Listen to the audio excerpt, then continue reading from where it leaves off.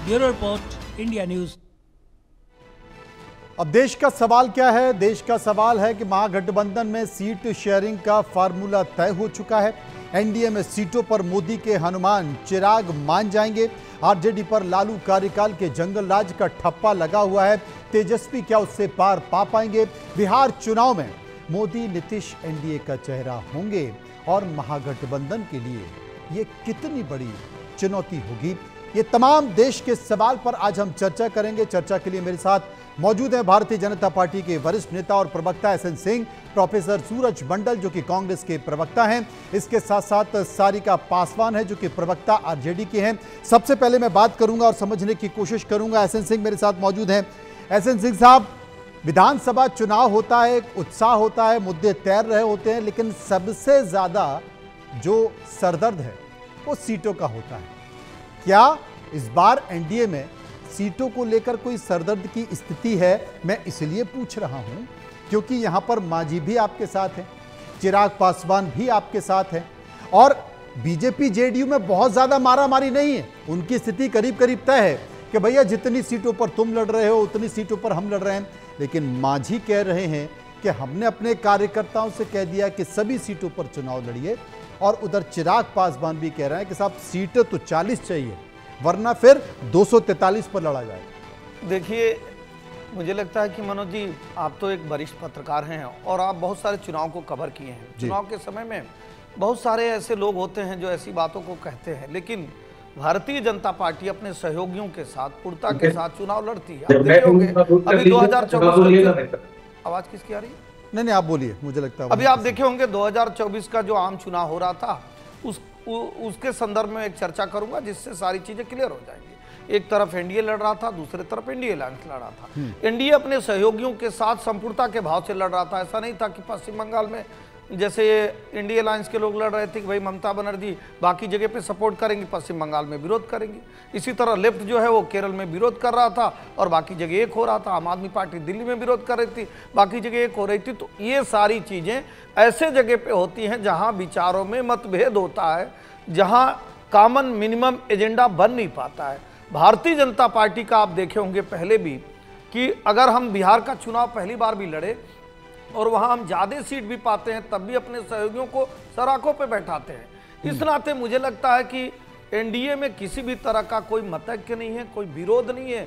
हम बड़े भाई छोटे भाई की भूमिका में लड़ते हैं और भारतीय जनता पार्टी के लिए, एनडीए के लिए पद नहीं, कुर्सी नहीं, अंक मायने रखता है कि कैसे एक पारदर्शी, ईमानदार, जवाबदेह जनता की सरकार बने। और आज नीतीश जी के नेतृत्व में बिहार का जिस तरह से एनडीए के समय विकास हुआ है उसको प्रदेश की जनता ने सराखों पर उठाया है, बैठाया है। इस नाते 20 साल से वहां पे एनडीए की सरकार चल रही है। तीसरी बात आपने कहा, सभी राजनीतिक पार्टियों का अपना निहित एजेंडा होता है, उसके तहत वो दूसरी पार्टियों से मांग करती हैं। परिवार में भी बड़े भाई छोटे भाई की भूमिका में, एक छोटा भाई बड़े भाई से कुछ कहता, बड़े भाई छोटे भाई से कुछ कहता, इसको विवाद नहीं कहेंगे। लेकिन कांग्रेस में विवाद जरूर दिख रहा है। जैसे एक एग्जाम्पल के तौर पे आप देखेंगे तो बीजेपी और जेडीयू एनडीए में बड़ी पार्टी है, दोनों एक दूसरे को सहयोग देने के लिए तैयार है। एलजेपी हमेशा आप देखेंगे, चिराग पासवान जी कहते हैं कि हम जो है मोदी जी के हनुमान हैं। आप देखेंगे जीतन राम हनुमान फिर 243 सीटों पर लड़ने की बात क्यों कर रहे हैं? इसीलिए कह रहे हैं, देखिए कि जीतन राम मांझी जी सहयोगी के तौर पे वो भारत सरकार में मंत्री हैं। तो मुझे लगता है जिस तरह का बयान दूसरे पक्ष से आ रहा है कि आरजेडी और कांग्रेस दो बड़े दल हैं और दोनों तय नहीं कर पा रहे हैं कि उनका कामा मिनिमम एजेंडा क्या है, उनके विचार क्या है, तो निश्चित तौर पे ये सारा विरोधाभास मुझे लगता है विरोधी खेमे में दिखेगा, न कि पूछ लेते हैं विरोधी खेमा। भी साथी में बैठा है प्रोफेसर सूरज मंडल हैं जो कि कांग्रेस के हैं। सूरज मंडल साहब, कोई तकलीफ तो नहीं है महागठबंधन में, क्योंकि इस बार कांग्रेस और सीपीआई एमएल दोनों ज्यादा सीटें मांग रहे हैं? देखिए, ये बहुत ही एक अच्छे सौहार्दपूर्ण ढंग से जो इंडिया गठबंधन है उसकी जो सीटों की बात आप बाहर में चर्चा भी नहीं सुन रहे हैं। हमारे साथी सिंह साहब ने, जो बीजेपी के प्रवक्ता है, उन्होंने दिलचस्प बातें कही, बड़े भाई छोटे भाई। अब ये लोग तय नहीं कर पा रहे हैं कि कौन बड़ा भाई है, छोटा। अभी कुछ दिनों पहले बीजेपी के प्रवक्ता शाहनवाज साहब ने कहा था कि हम लोग जुड़वा, अब बाद में आएगा सौतेला भाई। दिक्कत क्या है कि यहाँ पर जो इन्होंने कहा कि हनुमान है चिराग पासवान, तो हनुमान को तो अधिक शेर चाहिए, वो बजाता एकदम पर्वत को उठाने के लिए तैयार है। तो यहाँ तो बड़ी मारामारी है। और जो खुले तौर पर चिराग पासवान ने घोषणा कर दी कि हम सभी सीटों पर लड़ेंगे, ऐसी स्थिति क्या आपने सुना है इंडिया गठबंधन के बारे में? हमारे यहाँ बहुत ही एक पूर्ण रूप से जनतांत्रिक तरीके से, लोकतांत्रिक तरीके से जो सीटों का जो चयन भी है और जो चुनावी रणनीति और चुनावी सभाएं हैं और जो विचार है, सभी जनतांत्रिक मूल्यों पर आधारित है। कोई परिवार या किसी संघ परिवार के द्वारा संचालित या इस तरह से कुछ नहीं। तो मेरे समझ में इंडिया गठबंधन तैयार है बिल्कुल। और सबसे बड़ी बात है, सिंह साहब भी इस बात को महसूस करेंगे कि जब संघर्ष होता है, हम वोट चोरी के खिलाफ बिहार में संघर्ष कर रहे हैं, हम जो तमाम ऐसे जो जनता के जो हक हैं, जो बिहार को एक तरह से अपराध प्रदेश बना दिया गया है, 70,000 करोड़ की का गबन हुआ है, इन सभी मूल्यों पर, इन सभी मुद्दों पर हम लोग संघर्ष कर रहे हैं। तो जो संघर्ष के छोटा सा सवाल पूछूंगा, चूंकि मैं आता हूं आपको, क्योंकि बड़ा समय है, लंबा समय है, एक बार सब लोग अपनी अपनी बात कह लें।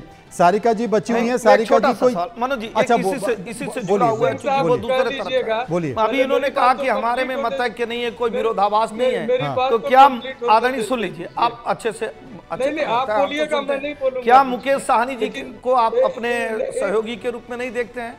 मुकेश साहनी जी का बयान आया है जिसके बाद से आदरणीय मनोज जी इस चर्चा को लेकर बैठे हैं और देश में चर्चा हो रही है। क्या मुकेश साहनी जी को आप नहीं मान रहे कि वो आपके सहयोगी हैं और वो कह रहे हैं कि नहीं हम पूरी सीट पर लड़ें? आप कह रहे हैं कि हमारे में विरोधाभास नहीं है? ये देखिए, ये स्पष्ट रूप से कहा गया है कि चूंकि मुकेश साहनी जी के सीटों को एकोमोडेट करना है, इसलिए जितनी पार्टियां इंडिया गठबंधन में हैं, जिनके अपने कुछ डिमांड्स या यूं कहिए जिनके अपने कुछ सीटों की मांग है, उसमें कमी करनी हो, और सब तैयार भी है। और इसलिए तैयार है क्योंकि मुकेश साहनी जी हमारे पार्टी के एक मजबूत साथी हैं और उनकी बातों को रखना बिल्कुल। मंडल साहब मजबूत साथी तो हैं, लेकिन इस बार इंडिया गठबंधन में कुछ संख्या बढ़ गई है। अब ये बढ़ी हुई संख्या थोड़ी चुनौती भी होती है। सारिका जी मेरे साथ मौजूद हैं। सारिका जी, कांग्रेस और CPI-ML ज़्यादा सीटें मांग रही है, आपके साथ झारखंड मुक्ति मोर्चा भी आ गया है, आपके साथ पशुपति पारस भी आ गए हैं, आपके साथ मुकेश साहनी भी आ गए हैं, ये तमाम लोग आ गए हैं। अब सीटें तो उतनी ही हैं, क्या मतलब आपको लगता है कि सब कुछ गुडी गुडी हो जाएगा, कहीं कोई दिक्कत नहीं होगी, कहीं परेशानी नहीं आएगी? बिल्कुल मनोज जी, महागठबंधन में सीटें बंटवारे को लेकर के सब कुछ गुडी गुडी ही है और सब कुछ बढ़िया बढ़िया ही होगा। और मांगने का तो अधिकार हर दल में जो भी घटक दलें हैं उनको होता ही है और मांगना भी चाहिए।